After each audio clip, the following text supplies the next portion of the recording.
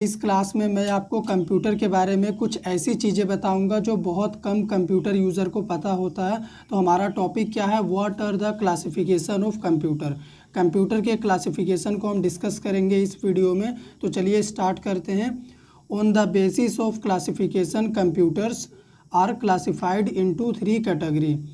Classification के according अगर हम बात करें तो कंप्यूटर को 3 कैटेगरी में क्लासिफाई किया गया है। वो क्या है क्लासिफिकेशन ऑफ कंप्यूटर में? पहला होता है टाइप, सेकंड है साइज और ये थर्ड हो गया पर्पस। तो अगर कंप्यूटर का कोई क्लासिफिकेशन बोलेगा कितने टाइप का होता है तो आपको ये 3 आंसर ही करना है, एनालॉग, डिजिटल, हाइब्रिड। तो अभी ये एनालॉग कंप्यूटर क्या होता है? एनालॉग कंप्यूटर मेज़रमेंट के लिए यूज़ किया जाता है, जैसे गाड़ी की स्पीड नापनी हो या फिर पेट्रोल पंप में कितना पेट्रोल गाड़ी में डालना है, इन सभी चीज़ को मेज़रमेंट, किसी का भी ब्लड प्रेशर अगर आपको नापना है तो इन सभी काम को एनालॉग कंप्यूटर करता है और ये हमें ग्राफ के फॉर्म में रिज़ल्ट इस तरह से दिखाता है जिसे समझना बहुत मुश्किल होता है। हॉस्पिटल में भी इसका यूज़ किया जाता है, ठीक है। डिजिटल कंप्यूटर की बात करें तो डिजिटल कंप्यूटर वो कंप्यूटर होता है जिसमें 0 1 के फॉर्म में हमें रिजल्ट दिखता है। बाइनरी नंबर का कॉन्सेप्ट ये यूज़ करता है।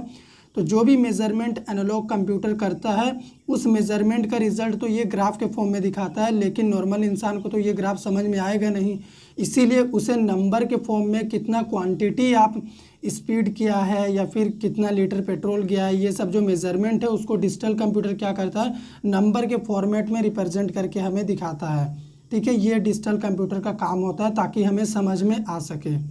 हाइब्रिड कंप्यूटर की अगर बात करें तो इसमें एनालॉग कंप्यूटर और डिजिटल कंप्यूटर जो काम कर सकते हैं इन दोनों का कॉम्बिनेशन होता है हाइब्रिड कंप्यूटर। इसमें क्या होता है कि मेज़रमेंट का काम एनालॉग कंप्यूटर कर देता है और उसे रिजल्ट डिस्प्ले करने का काम डिजिटल कंप्यूटर करके दिखा देता है। हाइब्रिड में दोनों का कॉम्बिनेशन होता है, ठीक है। तो यहाँ पे अगर हम आपको एग्जांपल दें, अगर हम बोले कि 1 लीटर पेट्रोल मुझे अपने बाइक में डालना है, ठीक है, तो 1 लीटर ये क्या हो गया, क्वांटिटी हो गया। तो इस क्वांटिटी को मेज़र कौन करेगा? Analogue computer. जब भी पेट्रोल हमारे गाड़ी में भरा जाएगा तो 1 लीटर पेट्रोल ही आएगा, ठीक है। अभी 1 लीटर पेट्रोल आ गया, उसका अमाउंट कितना हुआ वो ग्राफ के फॉर्म में हमें दिखेगा, वो तो हमें समझ में आएगा नहीं, और ये क्वांटिटी भी हमें ग्राफ के फॉर्म में दिखेगा। तो डिजिटल कंप्यूटर क्या करता है, उसी 1 लीटर को पेट्रोल को यहाँ पे 1 लीटर दिखाएगा। 1 लीटर इक्वल टू मान लो अमाउंट अगर 100 रुपीज़ है तो यहाँ पे जो 100 रुपीज़ ग्राफ के फॉर्म में दिख रहा था यहाँ पे नंबर के फॉर्म में दिखेगा ताकि हमें समझ में आ जाए। अब हम बात करते हैं साइज के अकॉर्डिंग कंप्यूटर की। तो कंप्यूटर को साइज के अकॉर्डिंग इन 4 पार्ट्स में डिवाइड किया गया है। पहला होता है माइक्रो कंप्यूटर। माइक्रो कंप्यूटर वो कंप्यूटर होते हैं जिनका साइज काफ़ी ज़्यादा छोटा होता है। इन्हें हम अपने पर्सनल काम के लिए यूज़ करते हैं, इसीलिए इनको हम पीसी भी कहते हैं। इसे आप कहीं भी छोटे से डेस्क के अंदर भी रख सकते हैं, टेबल के ऊपर भी रख सकते हैं, अपना काम कर सकते हैं।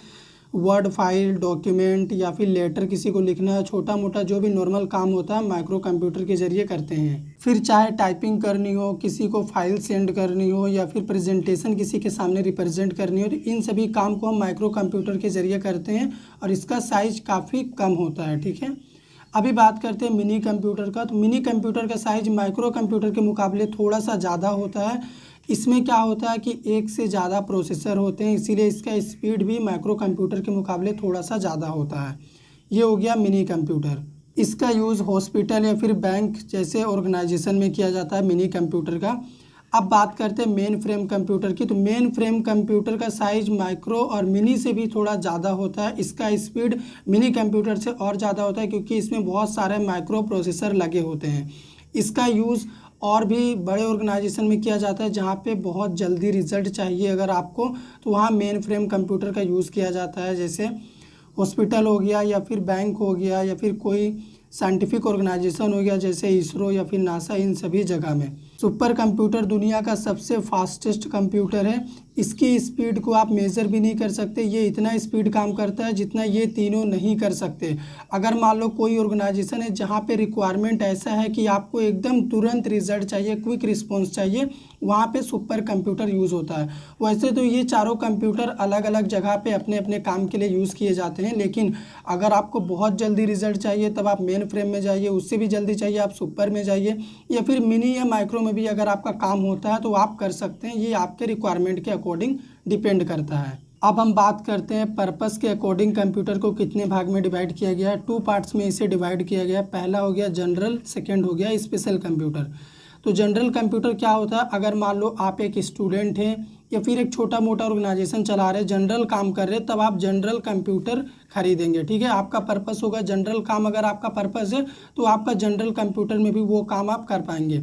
लेकिन अगर आप कोई बड़ी ऑर्गेनाइजेशन चला रहे जहाँ पे आपको क्विक रिस्पॉन्स चाहिए, स्पेशल काम को आप कर रहे हैं, वहाँ पे आपका कंप्यूटर खरीदने का पर्पस होगा स्पेशल कंप्यूटर, क्योंकि आप स्पेशल काम को कर रहे हैं। तो ये हो गए हमारे कंप्यूटर के क्लासिफिकेशन। सुपर कंप्यूटर के बारे में आपको थोड़ा सा और बता दूं, दुनिया का सबसे तेज कंप्यूटर सुपर कंप्यूटर है। परम 10,000 सुपर कंप्यूटर का नेम है।